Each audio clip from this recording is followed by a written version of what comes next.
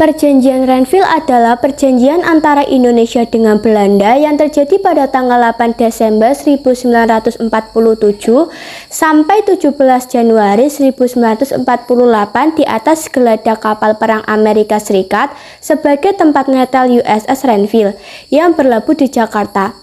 Perundingan dimulai pada tanggal 8 Desember 1947 dan ditengahi oleh Komisi 3 negara yang terdiri dari Amerika Serikat, Australia, dan Belgia. Perjanjian ini diadakan untuk menyelesaikan perselisihan atas Perjanjian Linggarjati tahun 1946. Perjanjian ini berisi batas antara wilayah Indonesia dengan Belanda yang disebut Garis Van Mock.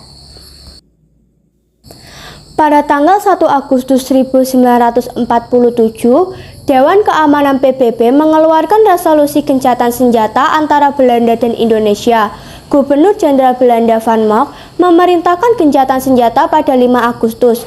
Pada tanggal 25 Agustus, Dewan Keamanan menyetujui resolusi yang diusulkan oleh Amerika Serikat, di mana Dewan Keamanan akan menyelesaikan konflik antara Indonesia dan Belanda secara damai dengan membentuk Komisi 3 negara yang terdiri dari Belgia dipilih oleh Belanda, Australia dipilih dari Indonesia, dan Amerika Serikat pihak penerima. Komisi 3 negara tiba di Indonesia pada tanggal 27 Oktober 1947 dan segera melakukan kontak dengan Indonesia maupun Belanda.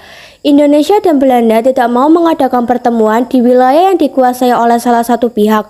Oleh karena itu, Amerika Serikat menawarkan untuk mengadakan pertemuan di geladak kapal Renville milik Amerika Serikat. Indonesia dan Belanda kemudian menerima tawaran Amerika Serikat.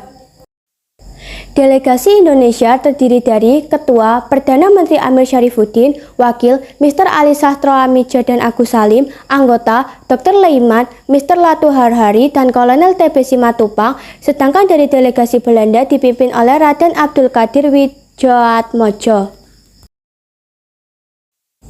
Dengan berbagai pertimbangan, akhirnya Indonesia menyetujui isi perundingan Renville yang terdiri atas 3 hal, yaitu 1. Persetujuan tentang gencatan senjata yang antara lain diterimanya garis demarkasi Van Mock atau 10 pasal.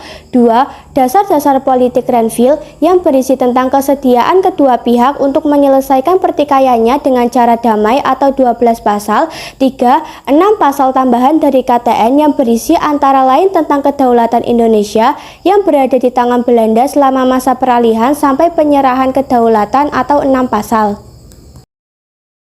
Nah, teman-teman, di sini saya akan menunjukkan suatu video yang berisi tentang situasi saat perjanjian Renville. Jangan lupa ditonton ya. Nog diezelfde middag begeven de delegaties zich naar de Renville.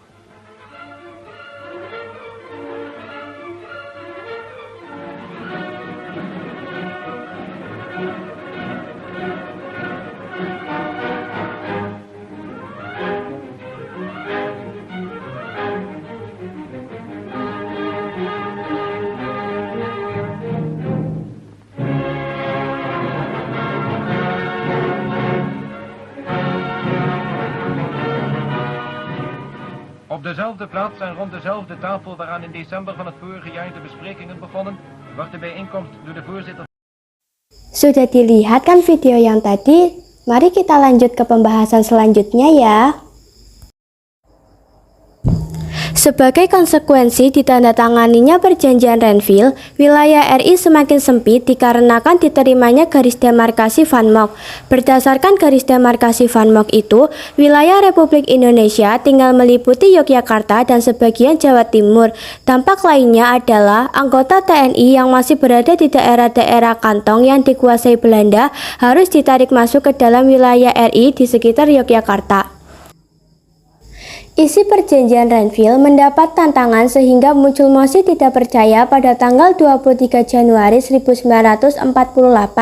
Dengan demikian, perjanjian Renville menimbulkan permasalahan baru, yaitu pembentukan pemerintahan peralihan yang tidak sesuai dengan yang terjadi dalam perjanjian Linggarjati.